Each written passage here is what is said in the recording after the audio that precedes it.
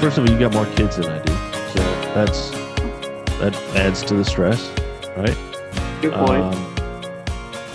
And I don't know. I mean, I'm definitely not skinnier anymore. Stress of my parents and stuff is, I'm like hammering M&Ms. I mean, there's worse outlets to have, so Nice. food, but Oh man, well it's good to see y'all this day. All right, let's welcome in Ryan French with the golf clap. This is the Valspar golf clap. Ryan French, the infamous Ryan French, Monday Q info guy.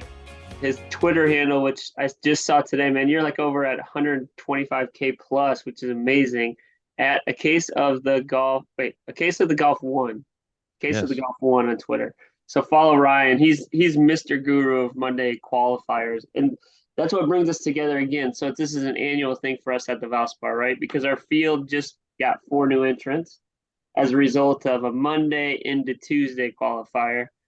Um, so do you want me to read the list and we just kind of talk about what you know about him, Ryan? Does sure, that work?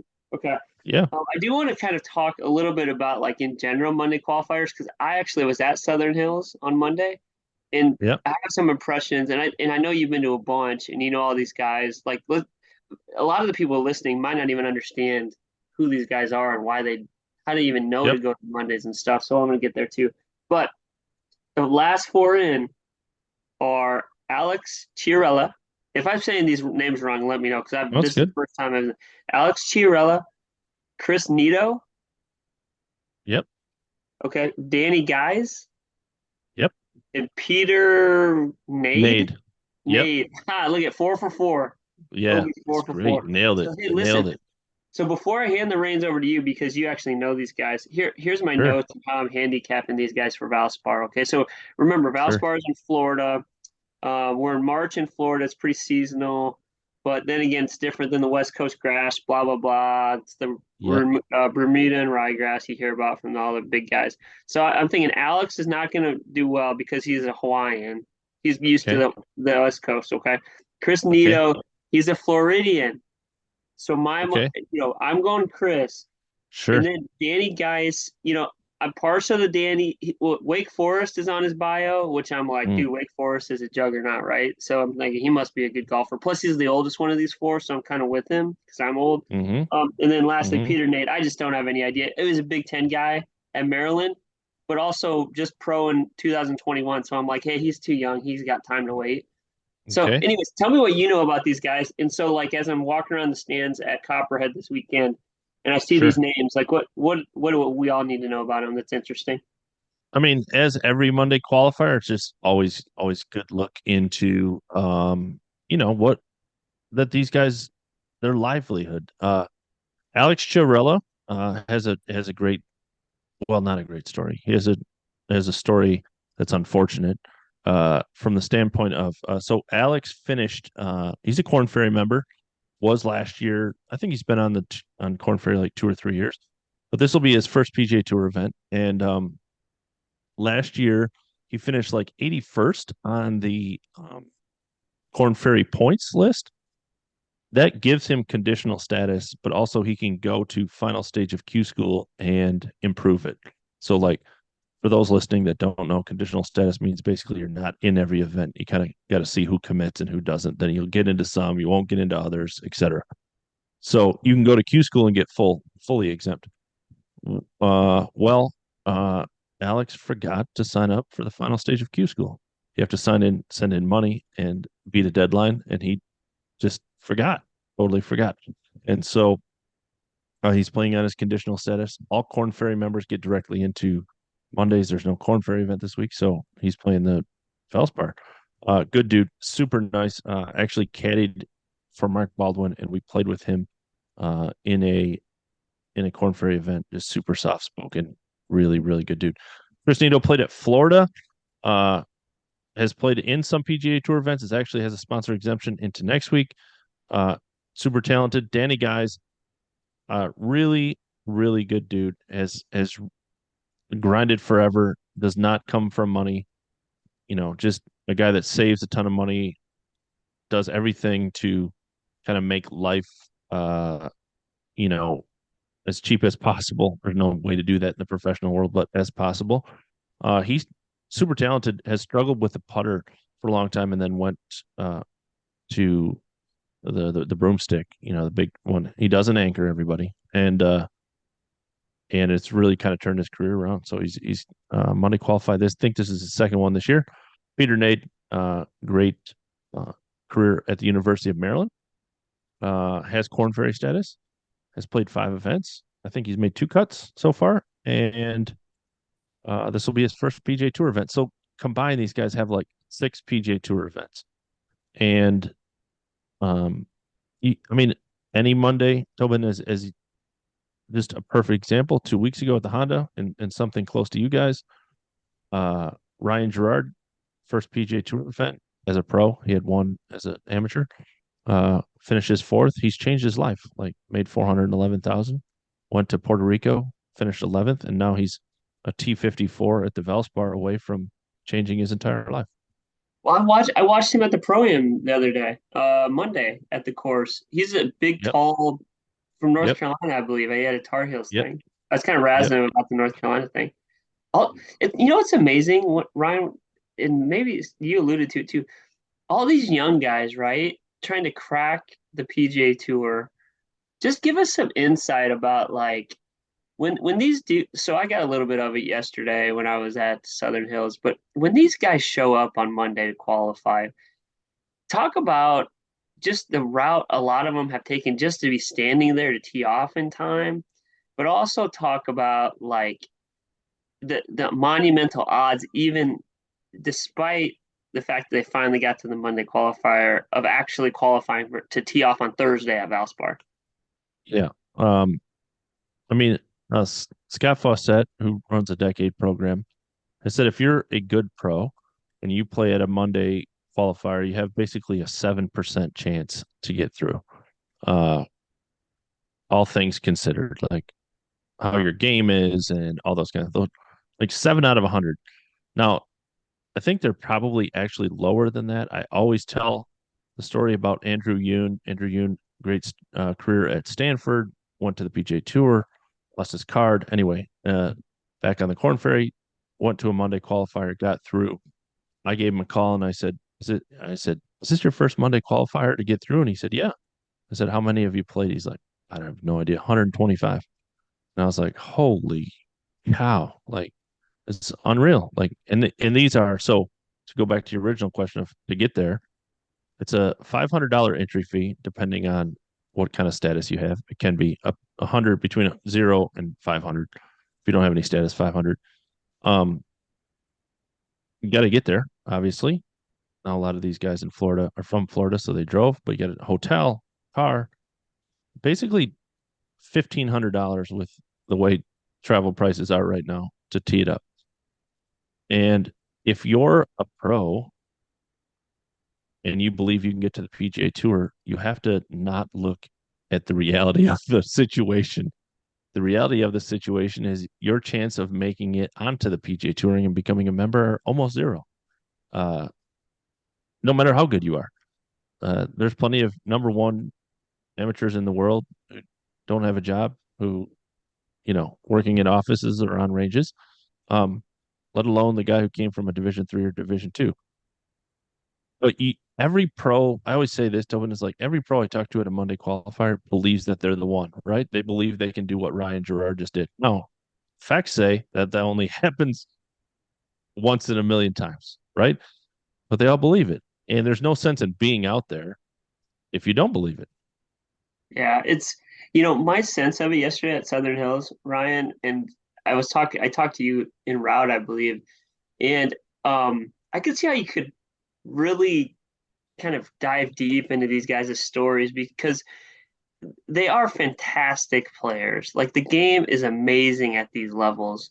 And really to your point, I think one of the things is, do you think the game, like the technical aspect of the game for these Monday qualifiers versus a PGA Tour Pro, is it more consistency? Is it fine tuning one piece of the game? Is it that they don't have every piece of the game? Like, why do some find lightning in a bottle like Gerard, and others may wallow in missed, opportunities for the 3-year career where they spend thousands of dollars aimlessly?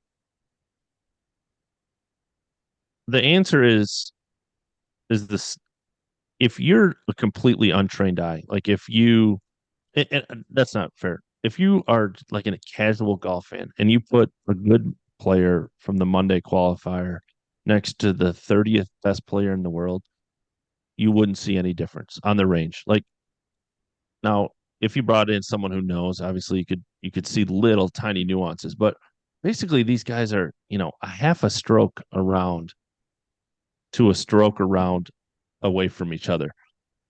uh, Mark Baldwin was a friend of mine, is Monday qualified and got exemptions into, and we've been in the top 20.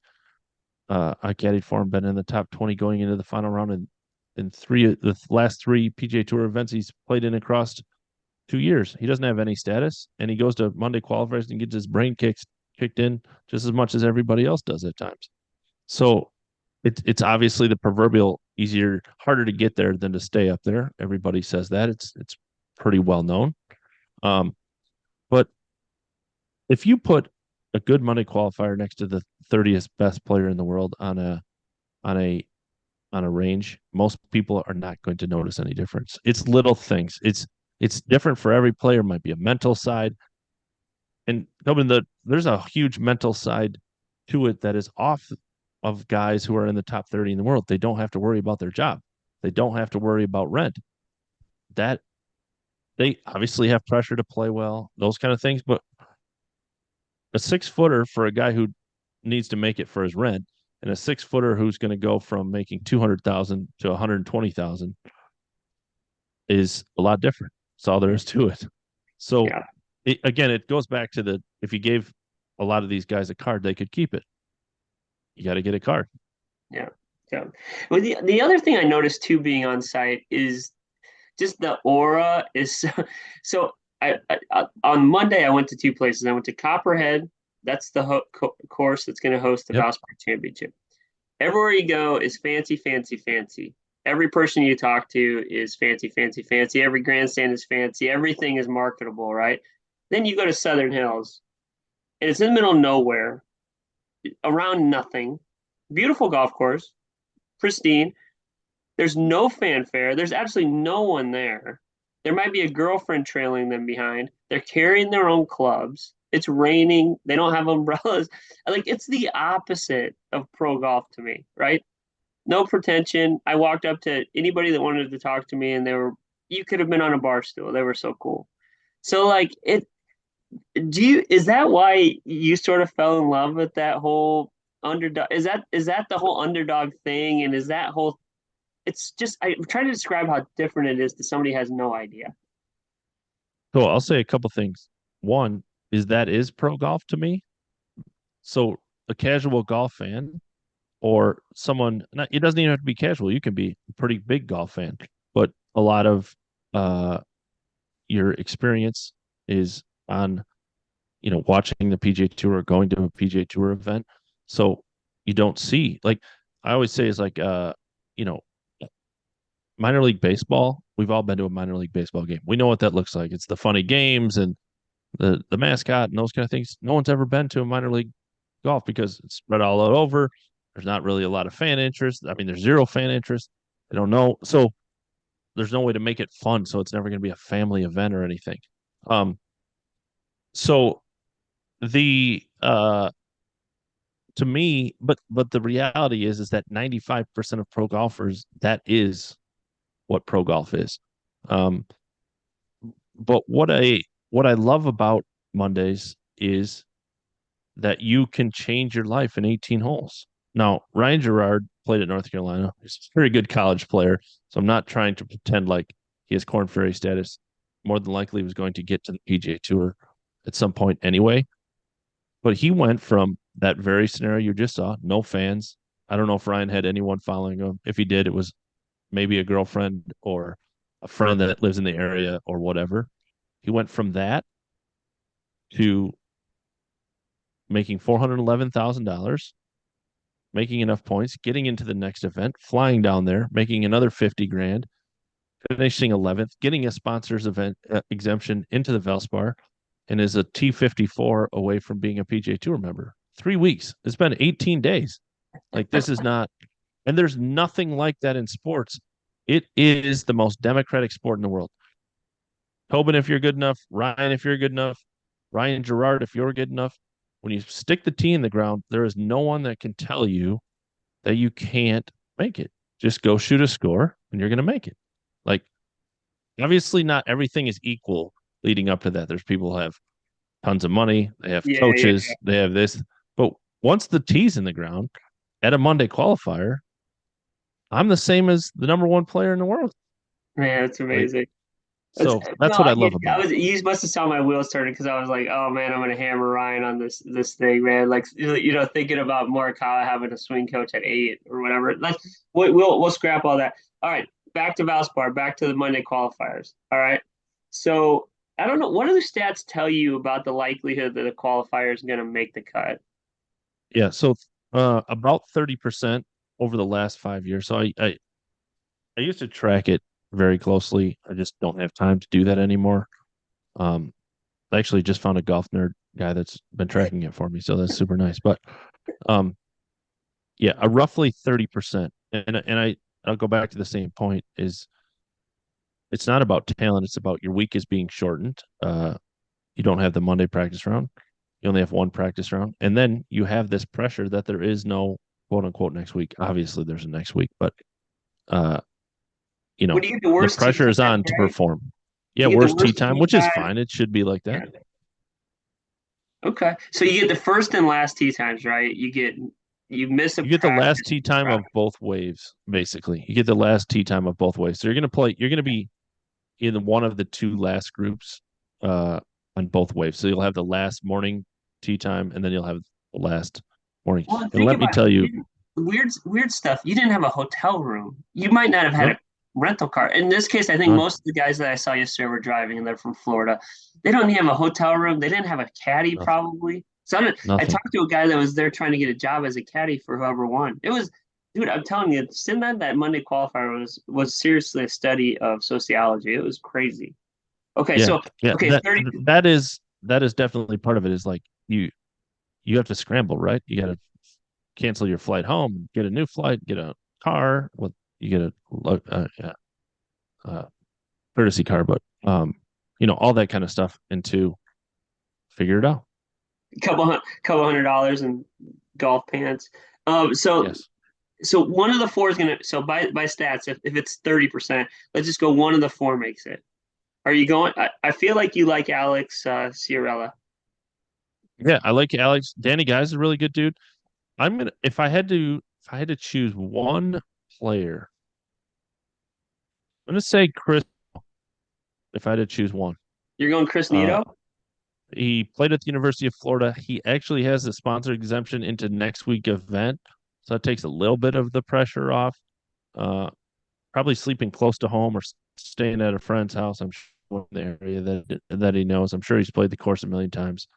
Uh, yeah, Chris Nido is my one pick.